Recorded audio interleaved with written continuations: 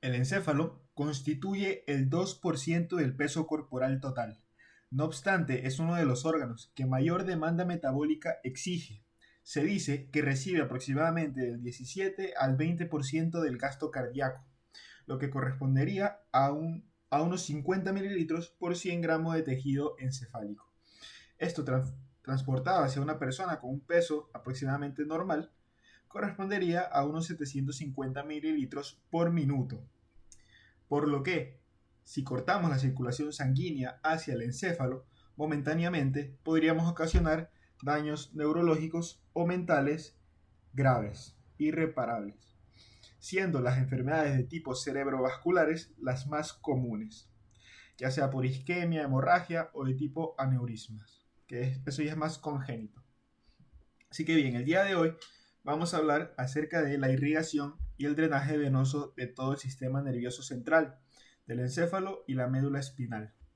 Vamos a comenzar con la irrigación del encéfalo, que este va a estar dado por el famoso circuito arterial o polígono de Willis, el cual se va a conformar de un sistema vertebrovascular y un sistema carotidio.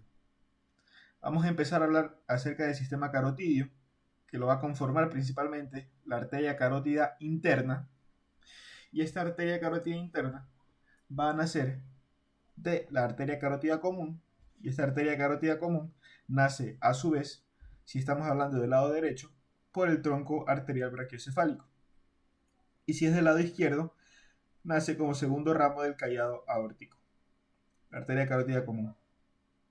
Y en el caso de el sistema vertebrovascular, las arterias vertebrales van a nacer de las arterias subclavias y asimismo del lado izquierdo, esta arteria subclavia es el tercer ramo del callado aórtico y del lado derecho es ramo del tronco arterial brachiocefálico.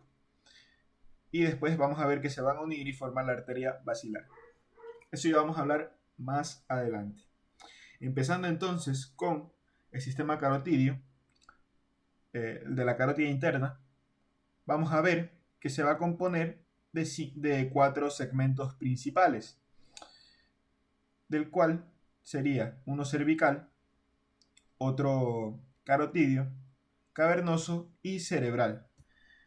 De aquí nos interesa más el cerebral y es el cual vamos a describir, pero también vamos a mencionar obviamente su recorrido, ¿no?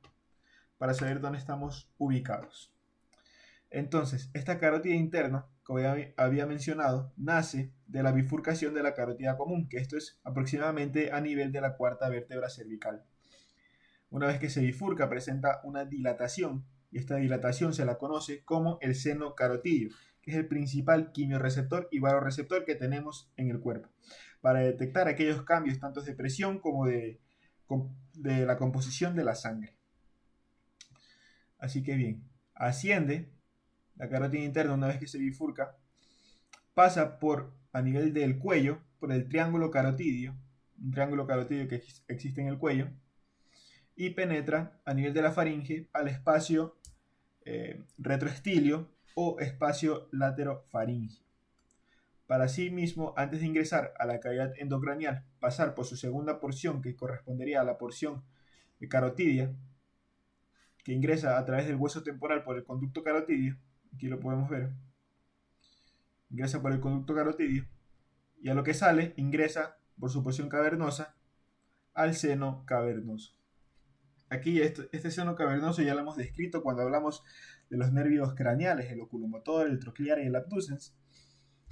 Y vamos a mencionar otra vez su relación más importante, la cual va a ser el sexto nervio craneal, el motor ocular externo o abducens, la cual si a este nivel presentamos una tipo, por ejemplo, de una placa aterosclerótica, puede estar comprimiendo este sexto nervio craneal, lo que clínicamente correspondería a un paciente con estrabismo convergente, para poner un ejemplo.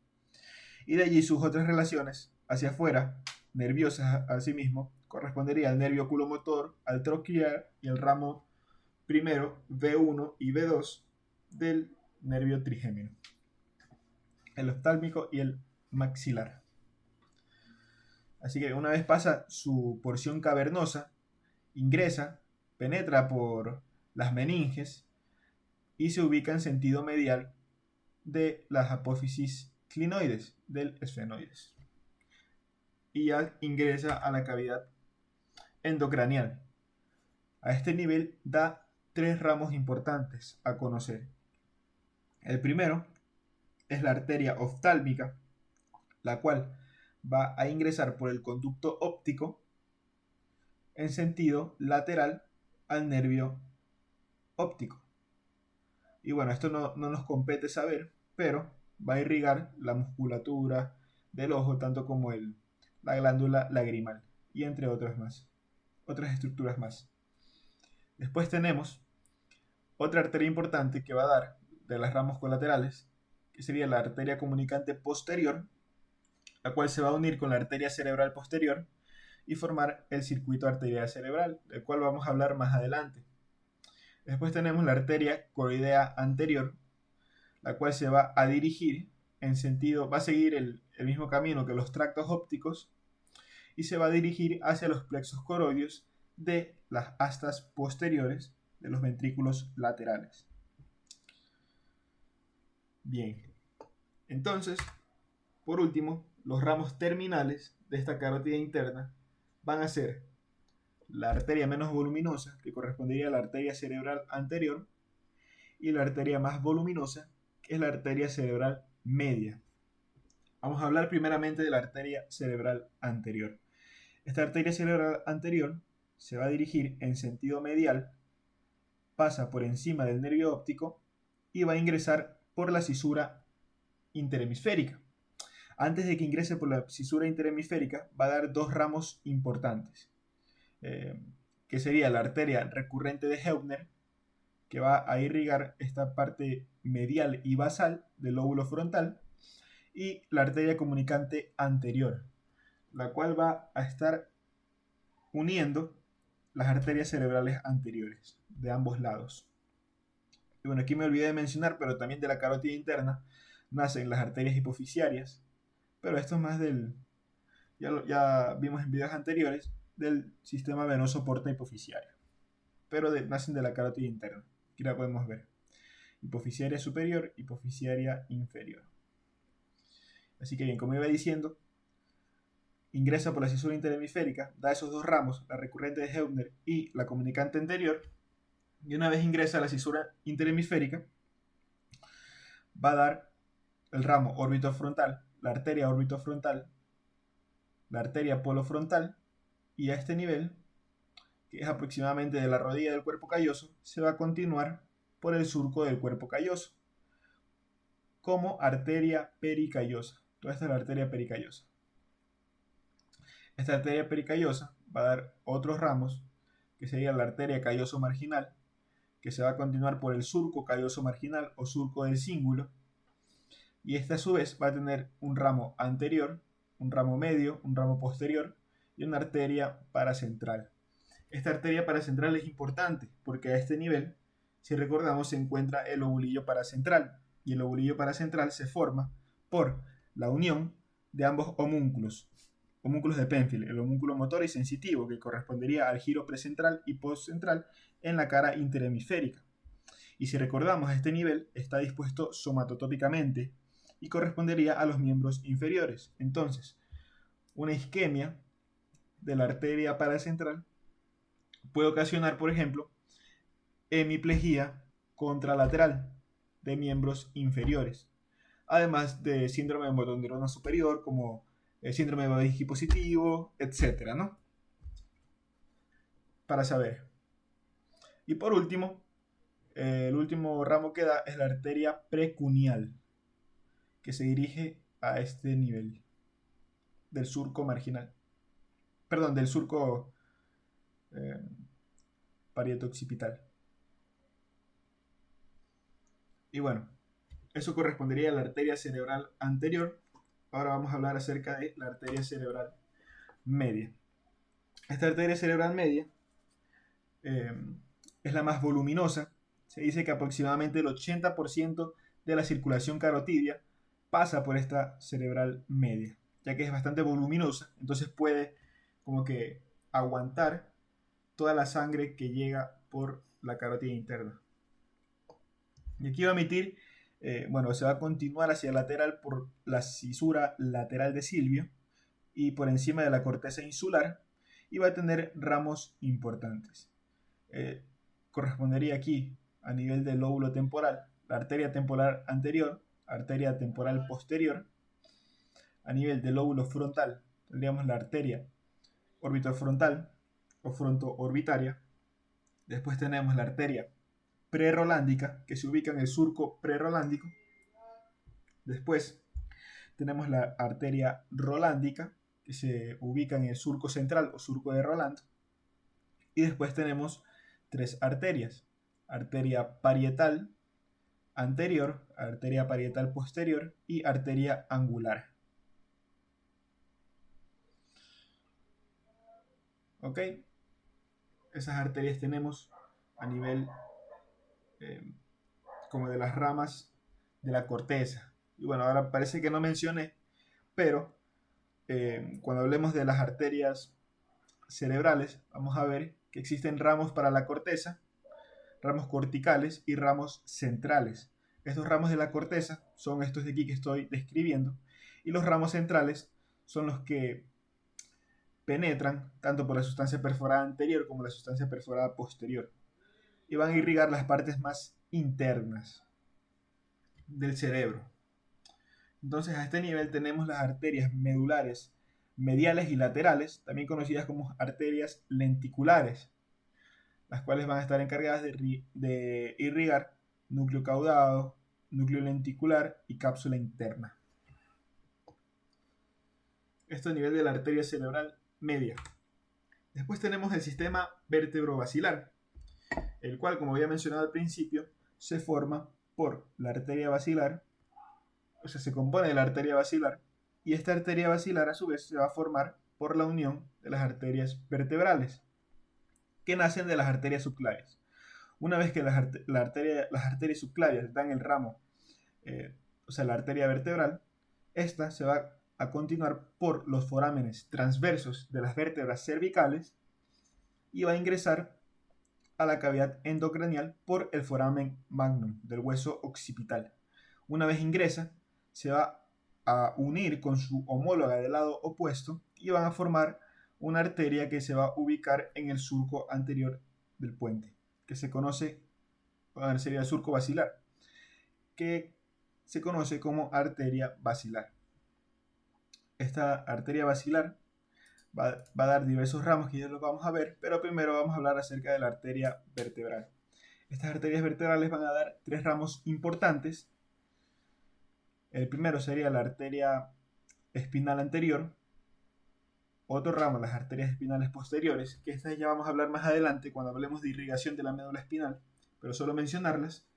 Y su ramo más importante de las vertebrales correspondería a la arteria pica, arteria cerebelosa postero-inferior, o arteria cerebelar postero-inferior, la cual va a ser encargada de irrigar la parte lateral de la médula oblongada, la parte inferior de los hemisferios cerebelosos, tanto como los núcleos caudados, el vermis caudal, núcleos cerebelosos y vermis caudal. Eso se encarga de irrigar la pica. Y bueno, una vez ya se forma la arteria basilar, va a tener otros ramos importantes, los cuales van a ser la arteria aica, también conocida como arteria cerebelosa o cerebelar anteroinferior, la cual va a encargarse de irrigar el lóbulo anterior e inferior del cerebelo. Después tenemos arterias laberínticas. Estas arterias laberínticas no nos interesan mucho, pero debemos de saber que se van a ubicar en el meato acústico interno, o sea, en el oído interno. Van a irrigar al oído interno. Estos a su vez se ramifican como arterias vestibulares anteriores, arterias cocleares, ¿no? Pero eso no nos interesa. O sea, va a continuarse con el nervio oculomotor. Perdón, el nervio vestíbulo coclear, el octavo nervio craneal, porque va hacia el meato acústico interno. Después tenemos las arterias pontinas, las cuales van a nacer de la basilar y se van a penetrar por el puente. Y a este nivel, si dañamos la arteria basilar, nos da un síndrome característico, que es el síndrome de enclaustramiento, el cual se representa por un coma, pero se diferencia del mismo ya que sí se pueden realizar movimientos oculares. Y bueno, a nivel de la pica no lo mencioné, pero también existe un síndrome muy conocido a nivel de la médula oblongada, que es el síndrome vulvar lateral o síndrome de Wallenberg, que eso ya se presenta por ejemplo, disartria, disfagia, por daños tanto en el cordón lateral como en el núcleo del tracto solitario, el núcleo eh, vestibular también. Pero eso ya lo podemos hablar después. Y por último, como ramos colaterales de la arteria basilar tenemos la arteria suca, la arteria cerebelosa superior, la cual se va a ubicar, o va a irrigar, mejor dicho, parte del epitálamo, la glándula,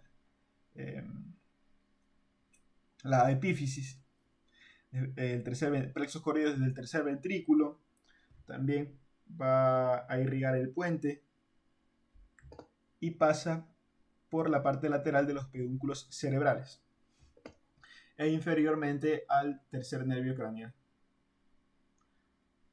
al oculomotor. Y bueno, por último, el ramo terminal de esta arteria basilar va a ser la arteria cerebral posterior. Esta arteria cerebral posterior se va a dirigir, o sea, va a estar rodeando los pedúnculos cerebrales, va a pasar por encima del nervio oculomotor, como lo vemos aquí en la imagen de atrás, por encima del nervio oculomotor, y se dirige supratentorialmente, o sea, pasa por encima del tentorium del cerebelo, para irrigar la cara basal del lóbulo temporal, la cara medial y lateral del lóbulo occipital. Aquí va a dar ramos importantes. Tenemos la arteria temporal posterior, esta de acá, la cual a veces se anastomosa con la arteria temporal posterior de la arteria que sale de la arteria cerebral media, y esta se encarga por lo general de irrigar el giro parahipocampal, giro lingual, los giros occipitotemporales, ¿no? Medial, lateral, entre otros. Después, como ramo colateral, también tenemos la arteria occipital interna, que es esta de aquí. Esta es la arteria occipital interna, que se va a bifurcar en una arteria occipital interna, parieto occipital, que se va a ubicar en el surco parieto occipital interno. Y después tenemos otra arteria importantísima, que es la arteria calcarina, que se va a ubicar en el surco calcarino. Y a este nivel encontramos el área 17 de Brodmann, la corteza visual primaria. Entonces, un daño a este nivel de la arteria calcarina podría ocasionar una hemianopsia homónima contralateral. Y bueno, por último también, como todos están anastomosadas, va a haber una arteria para el esplenio del cuerpo calloso que se va a anastomosar con la arteria cerebral anterior, que correspondería a la arteria pericallosa. Aquí lo podemos observar. Así que bien, como ya he mencionado al principio, todo el encéfalo va a estar irrigado por este círculo arterial cerebral o polígono de Willis, el cual nace para así poder distribuir la sangre hacia ambos hemisferios cerebrales. Y en caso también de algún taponamiento, de por ejemplo la arteria cerebral anterior, las arterias cerebrales posteriores y medias, la carótida interna, podrían suplir la demanda, la falta de actividad de esta arteria cerebral anterior. Pero esto es en casos leves, porque en casos graves ya no podría hacerlo, ¿no? Este circuito arterial cerebral se va a componer de la arteria cerebral anterior, la carótida interna, la cerebral posterior y las arterias comunicantes. Una única comunicante anterior y dos comunicantes posteriores. Así se cierra el círculo. El circuito arterial cerebral. Y bueno, aquí podemos observar cómo está distribuido de manera esquemática las zonas de irrigación del cerebro. Este es un corte coronal. Vemos la parte que irriga la arteria cerebral anterior, la arteria cerebral media, la arteria cerebral posterior. Como sabemos también, hay ciertas arterias para áreas encefálicas específicas. Como por ejemplo, ya había mencionado, ¿no? La arteria medular medial y lateral, que son ramos de la arteria cerebral media, también conocidas como arterias lenticulares, se encargan de irrigar el núcleo lenticular, o sea, el núcleo caudado, el cuerpo estriado, o los ganglios de la base, y la cápsula interna, esas dos estructuras. También tenemos el tálamo, irrigado por la arteria cerebral posterior y arteria comunicante posterior. Después tenemos el mesencéfalo, irrigado principalmente por la arteria basilar, la arteria cerebelosa superior. Después tenemos el puente, irrigado por la arteria basilar y sus ramos pontinos, también por la arteria cerebelosa superior y la arteria cerebelosa antero-inferior. Y por último, la médula oblongada, irrigada por las arterias vertebrales, la arteria pica, la arteria cerebelosa posterior inferior, y arterias espinales anteriores y posteriores. Aquí vemos del lado derecho, de color morado, la irrigación o el territorio que irriga la arteria cerebral anterior, que es la cara interhemisférica del lóbulo frontal y parietal, y parte superior externa del lóbulo frontal. Después la arteria cerebral media de color rojo irriga la parte lateral del lóbulo frontal, parietal y temporal, en cierta parte, y un poco de la cara basal del lóbulo frontal. Y por último la arteria cerebral posterior de color verde, la cual se encarga de irrigar la porción inferior del lóbulo temporal, la parte interna del lóbulo occipital y la parte externa. O sea, todo el lóbulo occipital es irrigado por la cerebral posterior. Eso es lo importante. Después tenemos el drenaje venoso. Como sabemos, la importancia de las venas en el cuerpo es de estar constantemente enviando la sangre hacia el corazón para que se purifique. Y a nivel del cerebro esto es importante porque ya sabemos que tiene una demanda metabólica alta. Entonces, a este nivel, lo importante es que las venas van a ser delgadas, por ende no van a contener músculo liso y van a ser avalvulares, o sea, no van a tener válvulas, no van a tener valvas. Así que bien, se van a ubicar en las meninges, en el espacio subaracnoideo, y ciertas venas también se ubican en la capa meningea de la dura madre. Aquí podemos observar. Va a estar dispuesto en venas superficiales, o mejor dicho, venas cerebrales externas y venas cerebrales internas. Las venas cerebrales externas van a ser venas superiores, venas medias y venas medias profundas. Las venas superiores van a drenar en el seno sagital superior. Las venas cerebrales medias van a drenar en el seno cavernoso y las venas cerebrales medias profundas se unen con las venas cerebrales anteriores para formar la vena basal, que va a drenar en la vena cerebral magna de Galeno. Después las venas cerebrales internas, tenemos las venas talamoestriadas y coroidales, las cuales van a drenar en la vena cerebral magna y asimismo en el seno recto también. Y también existen venas de áreas encefálicas específicas. A nivel del mesencéfalo tenemos las venas basales o cerebrales magnas. A nivel del puente, las venas cerebelosas. A nivel de la médula oblongada, las venas espinales. Y el del cerebelo, la vena cerebral magna, ¿no? Van a drenar en la vena cerebral magna.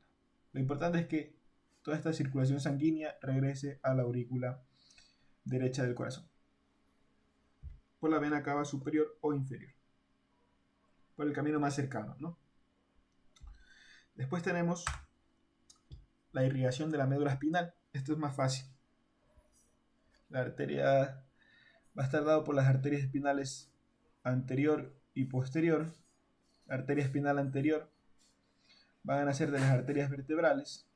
Estas arterias vertebrales son principalmente dos y se unen para hacerse una única arteria por todo el surco medio anterior de la médula espinal. Y las arterias espinales posteriores son a número de 2 y se ubican en el surco dorsolateral de la médula espinal. Lo que corresponde a las arterias espinales anteriores sus niveles más delgados o pequeños van a ser segmentos toracolumbares de T4 a S1, por lo que algún taponamiento de esta arteria puede ocasionar daños isquémicos.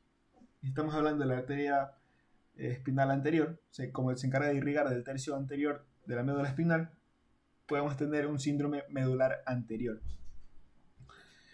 Y en caso de las arterias espinales posteriores, se encargan de irrigar el tercio posterior de la médula espinal, y estas son más finas, en cambio, a niveles de T1 a T3, a niveles torácicos superiores. Por lo que algún daño isquémico a este nivel podríamos tener un tabes dorsal o un síndrome medular posterior, que se caracteriza por tener una ataxia de la marcha, una ataxia sensitiva, por daño del cordón posterior. Esto ya hablamos también cuando vimos síndromes medulares. Así que los invito a ver ese video. Y por último, pero no menos importante, tenemos a las arterias espinales segmentarias, o las arterias segmentarias, las cuales, bueno, específicamente serían las arterias radiculares. Estas arterias radiculares nacen de las arterias segmentarias, y estas arterias segmentarias son, desde el punto de vista embriológico, aquellas arterias que se encuentran por fuera del cuerpo, por así decirlo. O sea, serían arterias intercostales, arterias cervicales profundas, arterias lumbares y arterias sacras. Entonces, estas arterias segmentarias van a ingresar por los forámenes intervertebrales de las vértebras como arterias radiculares. Si regresamos a la imagen anterior, acá está. Arterias radiculares anterior y posterior. Asimismo, van a ser una anterior y dos posteriores. Aquí lo más importante, como son inconstantes, va a existir una que sí va a ser muy constante, que va a ser la arteria medular anterior de Adam-Kievich. Esta van a ser a nivel de la aorta, a niveles torácicos bajos y lumbares superiores, y por lo general ingresa del lado izquierdo. Okay. Y por último, el drenaje venoso. Esto más sencillo, no importa mucho, pero asimismo las venas van a ser las mismas que las arterias. Tenemos una vena medular anterior, dos venas medulares posteriores, las cuales van a encargar de drenar su contenido en los plexos vertebrales internos que se encuentran en el espacio epidural de la médula espinal. Aquí. Y obviamente van a encargarse de enviar la sangre hacia la circulación sistémica para sí mismo volver a reponerla, porque la médula espinal también es metabólicamente muy activa. Así que bien, eso ha sido todo por hoy. Espero que me haya dado a entender. Muchas gracias y nos vemos en una próxima entrega. Chao.